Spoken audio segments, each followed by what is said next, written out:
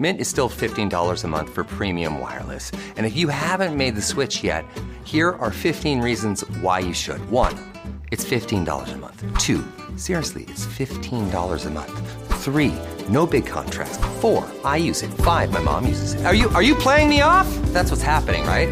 Okay, give it a try at mintmobile.com/switch. Upfront payment of $45 for 3-month plan, $15 per month equivalent required. New customer offer first 3 months only. Then full price plan options available. Taxes and fees extra. See mintmobile.com. As a scientist, I can tell you that Sundays are only 24 hours long.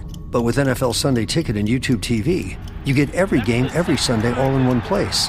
That's upwards of 30 hours of NFL in one day. How can there be 30 hours in 24 hours, you ask? I have a theory. Magic. New users get NFL Sunday Ticket for 8 payments of $34.50 per month. Sign up at nflsundayticket.com. Local and national games on YouTube TV. NFL Sunday Ticket for out-of-market games excludes digital-only games and commercial use. Terms and embargoes apply. Availability varies. This episode is brought to you by LinkedIn. Healthcare professionals can lead their careers with LinkedIn. Discover jobs by specialty, preferred shifts, and even desired salary. From mental health therapists to radiology technicians, it's now faster and easier for healthcare professionals to find the right fit. Learn more at linkedin.com/healthcare. Side effects may include faster job placement, improved work-life balance, and increased career satisfaction. They got Willa. They got my daughter. I need to find her. From acclaimed director Paul Thomas Anderson. You can save that girl. On September 26th, experience what is being called the best movie of the year. This is the end of the line. Not for you. Leonardo DiCaprio, Sean Penn, Benicio del Toro, Tiana Taylor, Chase Infinity. Let's go! Here I am. One battle after another. Only in theaters September 26th. Experience it in IMAX. Rated R. Under 17, not admitted without parent. You can't hide. The Hilton sale is on. Now through September 29th, you can save up to 20% on stays this fall and beyond. Long weekends, last-minute getaways, holiday gatherings. There's a Hilton stay for all of them. More moments, more experiences, more destinations. Now 20% off for a limited time because it matters where you stay. Don't wait. Book by September 29th and save up to 20% at Hilton.com. Terms apply. Hilton for the stay.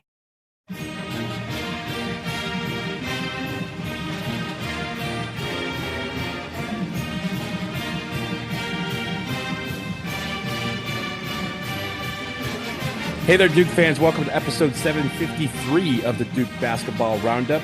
It is Wednesday, September 24th, and we have some news to actually discuss, both in basketball and in football. I am Donald Wine. I'm your host for this episode. I am back in Washington, D.C. after my nice trip to Durham.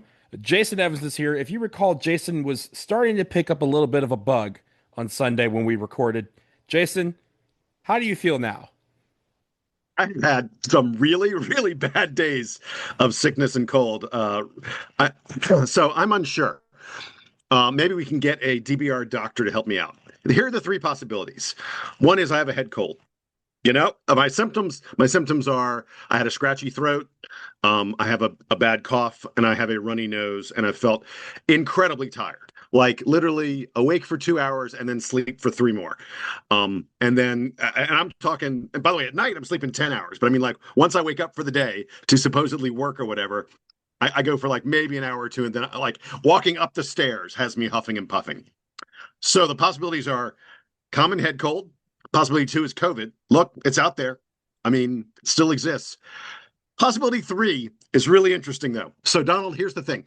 On Saturday, so I think I may have mentioned this in the past. I know I've told you in January, I'm going to Rwanda. I'm going to Zimbabwe and Rwanda to Victoria Falls and to see chimpanzees and the mountain gorillas. This is a huge bucket list thing for me. It's going to be unbelievable. But these are countries where you need to protect yourself with some vaccines for things that are not exactly common in the United States, but are more common in places like the jungles of Rwanda. Mm-hmm. So on Saturday morning, I began a multi-day course of a typhoid vaccine. Typhoid, not really a disease you need to worry about in the U.S., but like I said, it is entirely possible that I have been suffering from typhoid for the past several days as a result of the live vaccine. This would obviously be a very mild case. Typhoid is a terrible, horrible disease, and I haven't had like supposedly diarrhea is a major part of typhoid. Luckily, I haven't had any of that. That's but TMI, Jason. TMI on this pod. Yeah. But DVR doctors tell me, do I have a head cold? Do I have COVID? Or do I have a little tiny bit of typhoid? I'm not sure what the answer is. First of all, do not email dbrpodcast@gmail.com with your WebMD explanations of this. As the person on this show that has a doctorate, a Juris Doctor, it's not the medical kind, but it's a legal kind. I can legally say, Jason, that you were under the weather. I don't know what that means, but hopefully it will be a little bit better than that. Also, for everybody out there, Shana Tova, it's Rosh Hashanah. I guess it's the last night of Rosh Hashanah. I think it's a 2-day. Yeah, it's 2 days, but most people, I'm a very, very secular Jew. Most of us celebrate just today. So, but yeah. Anyway, yeah. But Shana Tova to you and to everybody out there. Jason, let's start with the big news of the last couple of days, and that is that USA women's basketball has officially entered the Kara era. They announced on Tuesday, was it Tuesday or Monday, that Kara Lawson has been named the USA women's basketball head coach for the 2028 Olympics. The basic thing for Kara Lawson is she started out as the head coach of the 3x3 team, if you recall, back in 2021 for the Tokyo Olympics, led the team to gold. She then kind of got promoted to the assistant bench for the USA women's basketball, the 5v5 version. They got gold in Paris in 2024, and now she succeeds Cheryl Reeve as the head coach when the Olympics comes to LA in 2028. This is absolutely incredible for Kara Lawson, for USA basketball, and for Duke. I mean, we said back when Kara Lawson was hired as head coach that the program was getting an absolute star who I thought would help to bring Duke back to the elite level that they had been at for a very long time. We also mentioned how great a leader she had already proved to be. And somehow, Jason, I feel like we've underestimated how terrific a get this was for the program. I'm really, really excited for her. I'm really excited, again, for USA basketball. Looking forward to that. But really excited for the possibilities for Duke. We saw on the men's side what it meant to have Coach K as the head of the men's side of USA basketball and how that helped recruiting and honestly how that helped him as a coach kind of develop players to succeed at the next level. Look, this is a unbelievable honor for any coach at any level. And for Kara Lawson, who's never been to a Final Four, she is building Duke to the point where the Duke women appear to be one of the elite programs, top 10 programs in the sport. But there are plenty of other coaches who objectively are more accomplished than Kara. She was selected not because of her accomplishments so far. She was selected because USA basketball and everyone associated with it and everyone associated with the sport of women's basketball knows that she is a winner, she is a leader, that she is inspirational, that she is the exact kind of personality that you want in a job like this. It is, we almost don't have words to describe how big a deal this is. And by the way, it's worth noting, she's not just coaching the 2028 Olympic team. She'll coach the U.S. in the World Cup next year in Germany, in Berlin in 2026. And through all the training camps, all the exhibitions, all the qualifying tournaments and things like that the USA will go through over the next several years. She was named the coach from 2025 right now until the end of the 2028 Olympics. So that's a multi-year, multi-activity kind of thing that she's taking on. And from a Duke selfish standpoint, while this will be a distraction, she happens to have a guy in the building who has done this a lot, who can talk to her about handling the distractions. And again, from a Duke selfish standpoint, this is going to help with recruiting. I'm just going to say it. Absolutely. I'm not going to pretend like it won't. Kara Lawson now becomes one of the biggest names in women's coaching. And it opens more doors for her. It adds her to her credibility. It means that any player in the country that Duke wants to talk to Kara Lawson, because that's how important this position is in the sport of women's basketball. And if you think about it, any American women's basketball player who is worth their salt wants to get in front of the head coach for USA women's basketball, especially considering that the Olympics are coming to the United States and everybody who has two healthy ankles, two healthy knees, and can shoot a basketball are going to want to be on that team. There's going to be no one sitting out or opting out of this particular world cycle that they have for USA basketball. She is going to be able to pick from hundreds of players and whittle it down to the 12 that will represent the United States in LA. I think that's a huge responsibility. Jason, one thing that I know, the great thing is, as you mentioned, Coach K is still there. They had a great moment that they put on social media with the two of them. Him giving her a challenge coin from one of their Olympics. But I think also, if you remember, he relied heavily on his assistants, not just with Duke, but also with USA Basketball to kind of make all the work make sense. And so the great thing is, this is not just a win for her. This is a win for her coaching staff, because her coaching staff is going to get this experience. They're going to be able to improve as they rub shoulders with some of the best players in the world. And also with recruiting, again, to say that, hey, at any given moment, Chelsea Gray's going to walk through that door. Yeah, sure. She's part of the brotherhood, or the sisterhood, I should say. She's part of that legion. But Asia Wilson might walk through that door too.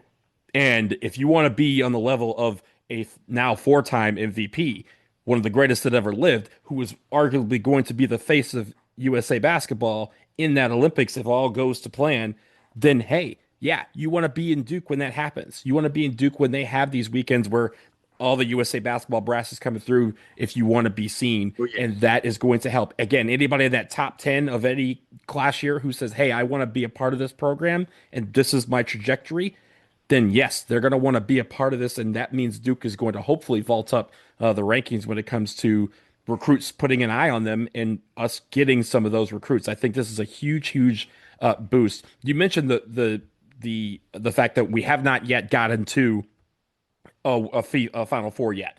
But as you have seen over the last few years, if you go back to 2022, 23, they're taking a step forward.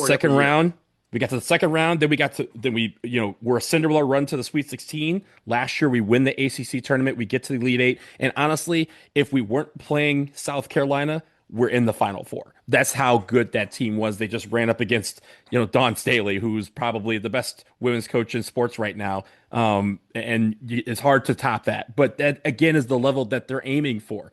With their gauntlet of a schedule this year, again, more eyes are going to be on Kara Lawson as she figures out this team that's built to get to that promised land of the Final Four. This is a huge boost for them as well. So everybody associated with this program hopefully is walking a little bit taller today. Now we got to back it up on the court, obviously, but this is a great first step, and I think USA basketball is in great hands. Last word to you.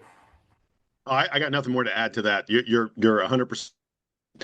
It feels like this program under Kara Lawson is taking a step forward every single year, and yeah, it feels like, look, there are gonna be a lot of eyeballs on Kara Lawson and Duke this year. I think they're ready. Bring all the smoke. She's ready. They're ready. This is going to be a great season for the Duke women.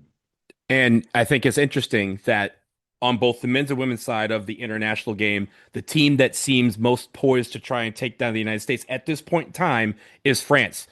Guess where Duke opens the 2025-26 season? They open in Paris. So the Parisians are going to get their first look at the USA women's basketball head coach and understand that the next 4 years, they better get their act together too, because USA basketball will be a problem. Okay, let's leave that here. We're going to keep going. We're going to switch to the football side of things because Duke has a football game this weekend. They are hitting the road to take on Syracuse. Syracuse 3-1 so far this year, 1-0 in the ACC.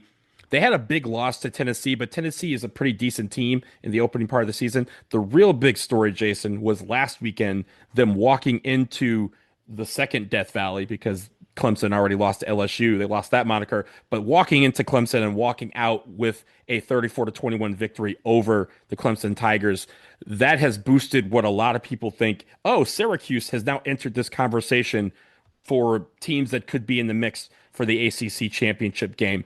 The funny thing, Jason, is ESPN, their predictor, thinks that Syracuse has a 62.2% chance of winning this football game. Vegas disagrees. Vegas is giving Duke a 5.5-point favorite, which ironically, Duke was a 5.5-point favorite against NC State, and everybody kind of had the same questions. Well, hey, it took a little bit, but they were able to turn it around and put it together. But this Syracuse team, Jason, is very dangerous. From what you've seen so far this year, what do you think Duke needs to do on Saturday to get the win? Yeah, it's kind of fascinating to me. Before I get into that, it's fascinating to me that the analytics really favor Syracuse. Like, the Sagarin ratings, the Massey ratings, and such, they all say Syracuse is a better team than Duke. And by the way, this game is on the road. It's at Syracuse. So you would think that, that would favor Syracuse even more. And yet the Vegas money, the folks who are actually pulling dollars out of their pockets and making wagers say Duke by a significant, like 5.5 is a significant margin. I think that a fair bit of that is the fact that Syracuse's star quarterback, Steve Angeli, got hurt badly. I want to say he tore an ACL or an Achilles. It was Achilles, I believe. Tore his Achilles. Yeah. In that Clemson game, and wasn't able to finish. Now, they had a nice lead. They held on to that lead. But I think folks are thinking this Syracuse team could be a different team under QB Ricky Collins, who took over for Steve Angeli. Angeli's a really, really good quarterback, a quarterback who can do a lot of different things for you.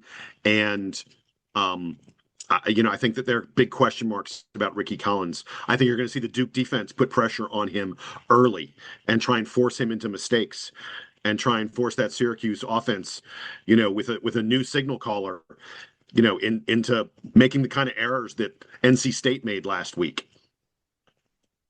It's pretty easy to see. The team that makes the fewest errors in most of these ACC games, the team that can avoid the mental mistakes, the team that can avoid the turnovers, probably going to finish on top. I don't think Duke is so much better than anybody out there, at least, among our power conference opponents, playing an ACC team. I don't think we're so much better that we can have 2 more turnovers than the opposition and still win the game. That's a tall order. But at the same time, I don't think there are many teams that we will play, maybe any teams will play, where if they have 2 more turnovers than Duke, Duke won't win the game. So keep it clean. You and I mentioned before that NC State game how important that was. Remember in our recap, I talked about the fact that State functionally had 7 turnovers in that game when you count going for it on 4th down and failing and, and all the other mistakes that they made in various places.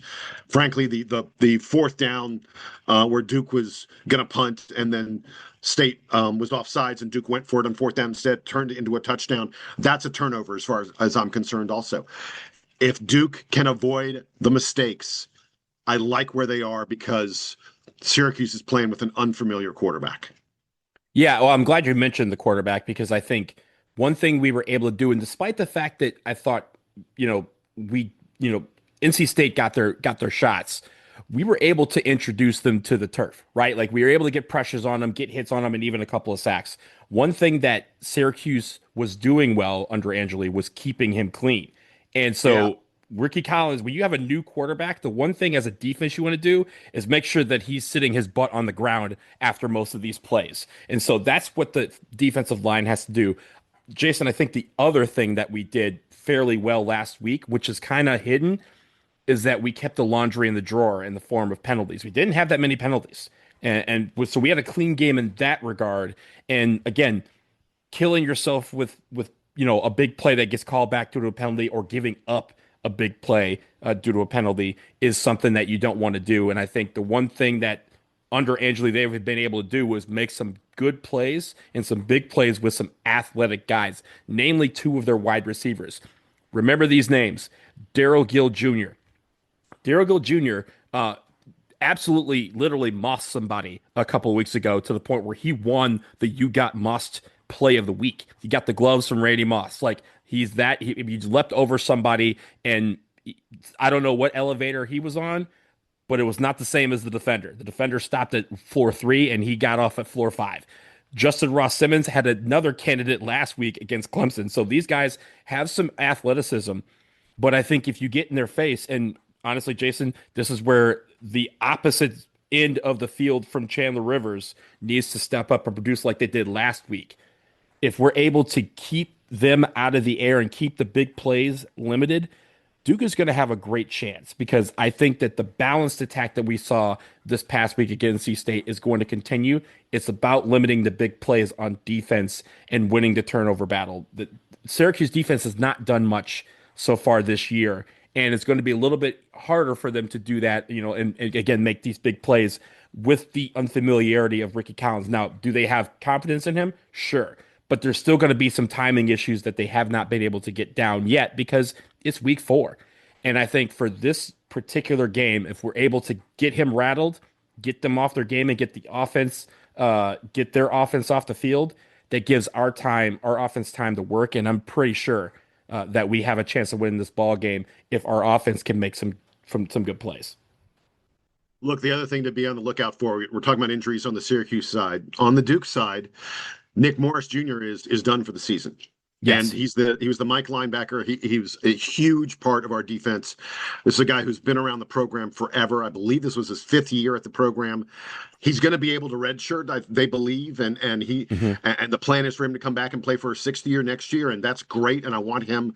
God, the guy's had such terrible 2 years in a row that he's had. It's just, 2 years in a row he's lost it. Yeah, it's terrible for him, and he's one of the hearts of that defense. But Duke's going to turn to a couple freshmen. We're going to turn to Bradley Gompers. We're going to turn to Elliot Shapper, I think is his name. Those are some of the guys. They haven't played very much so far. They are talented, but they are very, very new to college football. And these are guys who are going to be getting some chances. Now, there are other guys who are going to fill in. They're moving guys around on defense. The middle of that linebacking core is a hugely important position for Duke, especially if we're going to be trying to put pressure on the Syracuse quarterback. And that's something to definitely watch out for in this game. And then the other thing I'm looking at is, what does Duke do at running back? When Duke put out the depth chart this week, they still say that Wes Moore is the starting running back. Frankly, last week, Nate Shepard and Anderson Castle got, almost all the carries. And no offense to Jaquez Moore, when there's like one series where he got a couple touches, didn't go very well at all. I'm still looking to see how much more is Duke getting Nate Shepard involved. How much, Anderson Castle is a clear short yardage guy. You got 3rd and 2, 3rd, 4th and 1. Castle's getting the carry every time. Mm-hmm. But yeah, I'm really interested in seeing, does Jaquez Moore get a little bit of a bounce back, or is this becoming more and more, Nate Shepard for 20 plus touches? That's an interesting question. I think also, as you mentioned, Castle and Shepard contributed to the balance of the attack. They were able to get, 4 or 5 yards down the field, which you want from your running backs, because that again gives you short yardage for throws and allows you to take some risk. And a couple of times we were able to get the ball downfield. We were able to make some big plays with that because we had the opportunities that presented itself from having guys who would give you a 2nd and 4 instead of a 2nd and 8. So I'm looking forward to it. This game at noon on the East Coast on Saturday. So tune in and watch. We will take a quick break here. We're going to stick with football on the other side, but we're talking about the future of the ACC football schedule. More after this. Between busy schedules and summer plans, sometimes all I've got is a couple minutes. Factor helps me eat smarter with tasty, chef-prepped meals that are dietitian approved and delivered right to my door. And now, with more than 65 weekly meals made for how I live and what I like to eat, I've got even more ways to fit in a real meal wherever the day takes me. Yeah, that's right, Donald. Not only are they quick to heat up, but now you have a wider selection of meal options, including premium seafood meals like salmon and shrimp at no extra cost. And for the first time, try Asian-inspired meals with bold flavors from China, Thailand, and more. It's responding to what Factor members wanted. That's why 97% of customers say Factor has helped them to live a healthier life. Feel the difference no matter what your routine is. So eat smart at factormeals.com/DukeBB50 off. Use that code DukeBB50 off to get 50% off your first box plus free breakfast for 1 year. That's code DukeBB50 off at factormeals.com for 50% off your first box plus free breakfast for 1 year. Get delicious, ready-to-eat meals delivered with Factor. Offer only valid for new Factor customers with code and qualifying auto-renewing subscription purchase. When your investors, customers, and workers demand more from your business, make it happen with SAP. The AI-powered capabilities of SAP can help you streamline costs, connect with new suppliers, and manage payroll, even when your business is being pulled in different directions. To deliver a quality product at a fair price while paying your people what they're worth too, so your business can stay unfazed. Learn more at sap.com/uncertainty. You're tuned into Auto Intelligence, live from Auto Trader, where data, tools, and your preferences sync to make your car shopping smooth. They're searching inventory. Oh, yeah. They find what you need. They're gonna find it. You can make a budget for your wallet to help you succeed. Pricing's precise and true. So true. It's smarter car shopping. Ooh. Just for you. Oh, it's just for you. Ooh. Find your next ride at autotrader.com. Powered by Auto Intelligence. If you thought goldenly breaded McDonald's chicken couldn't get more golden, think Golder. Because new sweet and smoky special edition gold sauce is here. Made for your chicken favorites. At participating McDonald's for a limited time. This episode is sponsored by Friskies, who would like to tell your cats hi. Now, if that didn't get your cat's attention, there's one thing that always does the trick. Just pour some Friskies crunchy food in the bowl and you'll hear those paws come running. Works every time. With so many Friskies choices, you can always bring your cats running from their secret napping spots. There's always more to explore. See for yourself at friskies.com or visit your local store.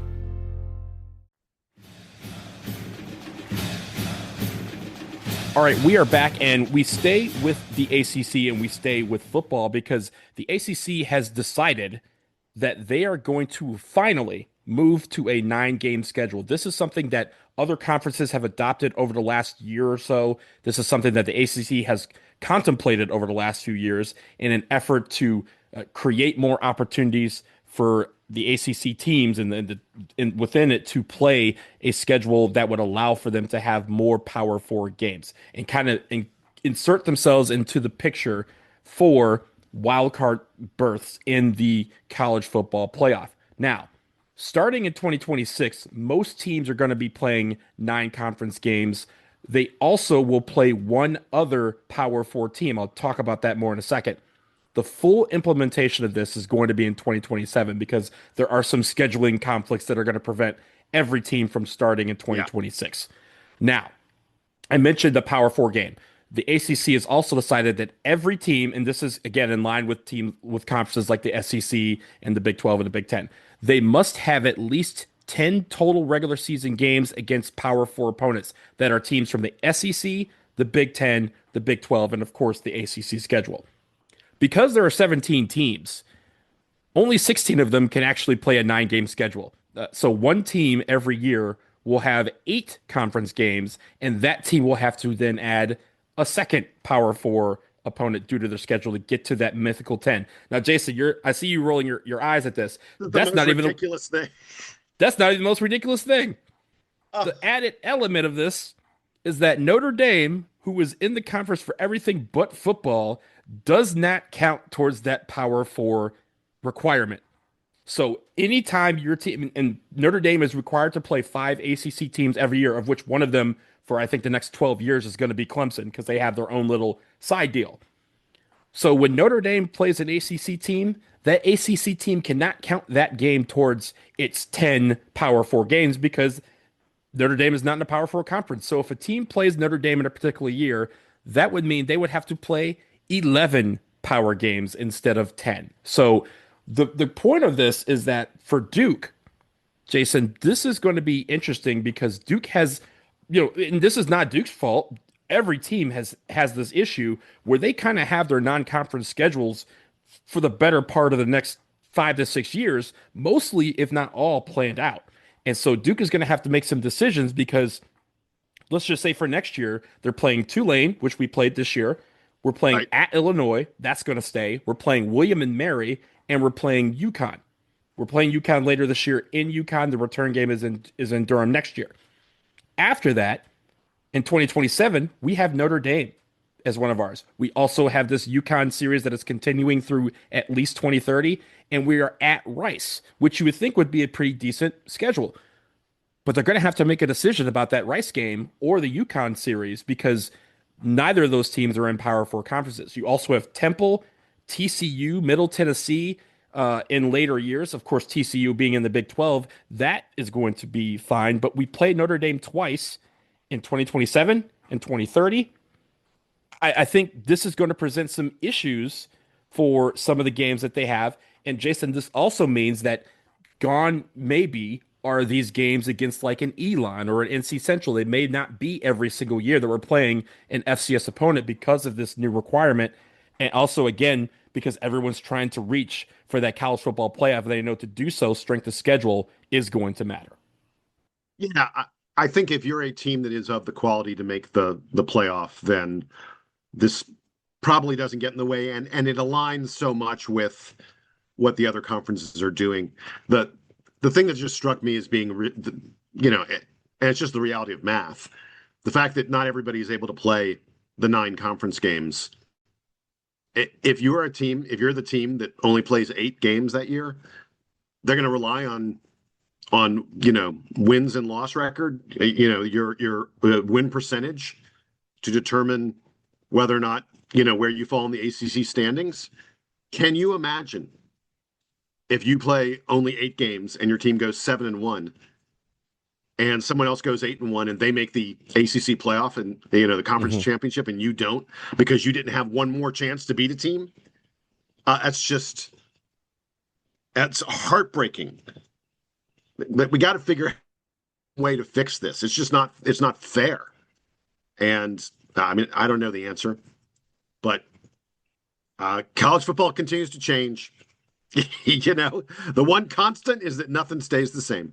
Jason, there's an easy answer for this. It's that the ACC adds an 18th member. Whoever could that be? I'm reaching far and wide for that 18th member to appear, and suddenly they do, but only in certain years. It's the Notre Dame answer, but that's obviously not an answer that is going to be answered on this podcast or probably ever, because Notre Dame likes money. So Notre Dame is being paid $50 million a year by NBC. They for football, period. Right. That's on top of the money they get from the ACC and every other sport. So yeah, if I'm Notre Dame, I'm doing the same thing. But that is the dilemma here. I think it's interesting that they said they set this 10-game limit and did not include Notre Dame, despite the fact that Notre Dame, as we just mentioned, is a part of the conference and everything but football. The ridiculous part. The crazy part is everyone knows that. Notre Dame is better than most of the other power conference teams you would face. For the ACC to say, oh, but they don't. We're requiring you to play them. We have a contract with Notre Dame. You're required to play them, but they don't count to your 10 power conference game limit. It's just like you're just making life hard on the ACC teams that have to play Notre Dame. It's not fair. Yeah, and the other answer is not to make that a conference game in those years that you do play them, because again, Notre Dame could be good, you could be terrible, and that could be, as you mentioned, the difference as well. There's no real great answer to this other than the fact that they just they have to add an 18th team to kind of level things out. But where does that 18th team come from? This is also, Jason, through 2030, which, as we have opined, could be the point where there's really a fork of the road for the ACC. So this is them trying to stay relevant with the other conferences, but this is all basically in play until the next round of conference expansion and realignment happens, and the ACC could be. They're hoping to not be the Pac-12 of that particular alignment, but someone's going to have to be at some point. And so this is all these conferences kind of jockeying to not be them. So it's interesting in a way, because I love the scheduling portion of things.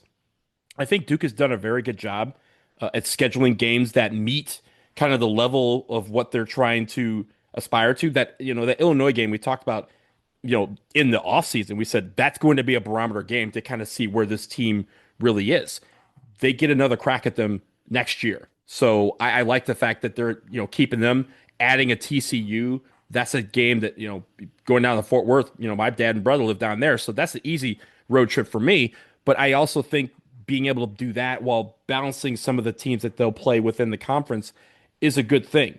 But I hate the matrix part of it, where, like you said, you're trying to make this as level as possible, but you can't do it, but you decide to do this anyway. And then the Notre Dame thing, not having them count, is just asinine. I think they need to at least reevaluate that portion of things. But Jason, anything else from you about the schedule?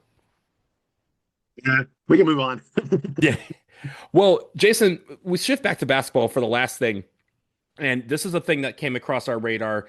Shout out to my buddy Max, who brought this to my attention. But if you are looking to get an inside look at the Duke men's basketball team through a practice, there's another opportunity to do it other than the Dribble for Victory that we have mentioned on the show before. The Emily K Center every year has what they call the Inside Duke Basketball event. And this year, the event is taking place on October 14th. It is simply a Duke basketball practice for those people who pay an admission fee starting at $100 to get into this practice. It is a practice geared for this. It's something that they kind of do every year. It's one of their big events that they do around Duke basketball every year. Of course, Emily K Center is invariably linked with Duke basketball over the years. But this year, they have an added element for this. The first one is for $100, you can get a ticket to view the private practice in Cameron Indoor Stadium again on October 14th. For $500, there is a VIP seating portion of it, but also those VIP entrants will get a pre-practice reception with none other than head coach Jon Scheyer. You will be able to meet him, take a photo with him, and even get an item autographed. You also get beverages and hors d'oeuvres in the Champions Club, and you get special seats probably right close to the floor to watch that practice. So it's a very cool opportunity. I'm going to, in the show notes, we will put the link for this, but if anybody's interested, feel free to check it out. And also, if you are going to this, because this will be right before the start of the preseason games, let us know, because we love intel from Duke basketball practices, dbrpodcast@gmail.com. Yeah, no, I got nothing to say other than I wish I was in Durham right now. For $500, I could hang out with Jon Scheyer before practice. He'll autograph something for you, get some hors d'oeuvres and stuff like that, and then get to go watch the team play. Yeah. I may need to. I gotta check my calendar. I may get up. Yeah, there. Well, a couple of great opportunities, right, to see this team play. Countdown to Craziness is in a week and a half, Jason. Like, we're almost there. I know, it's crazy.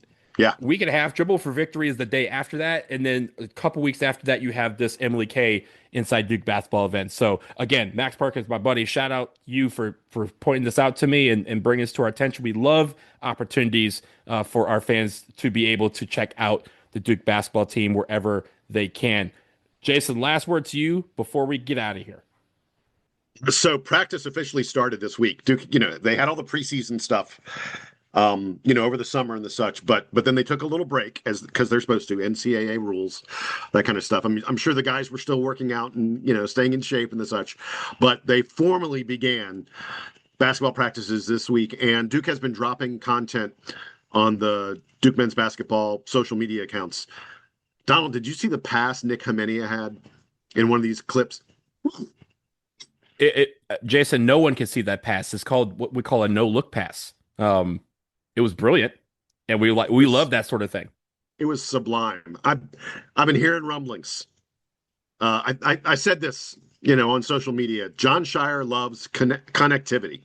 When you and I interviewed him a couple weeks ago, and folks, if you haven't listened to that episode, listen to our interview with Jon Scheyer. Jon Scheyer talked about how important connectivity is on his team and how much last year's team embraced that. Nick Hamenia is a connector. I'm just kidding. There's no doubt about it.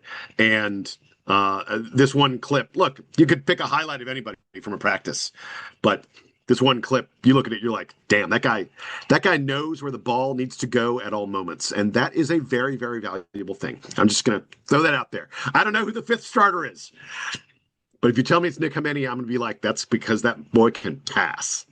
That fifth starter question is going to be one that's still going to brew, right, for a couple more weeks until we kind of see that first, that brotherhood run against UCF. That's where we'll kind of maybe see that official starting five, at least the one that Jon Scheyer thinks he's going with at that point in time. But until then, that question looms. But yeah, the fact that we have what feels like five guys capable of being that starter in that position, and the different combinations that can come from that is very exciting to debate, is very excited to talk about, continue debating it online. Of course, if you have questions for us, dbrpodcast@gmail.com. But again, we will leave it here on this episode of the Duke Basketball Roundup. Jason, feel better soon. Get back to rest. And until then, we'll be back at some point probably. Actually, might be back in a couple days. You never know. Stay tuned to your feed. We might have stuff brewing for you. But until then, he's Jason. I'm Donald.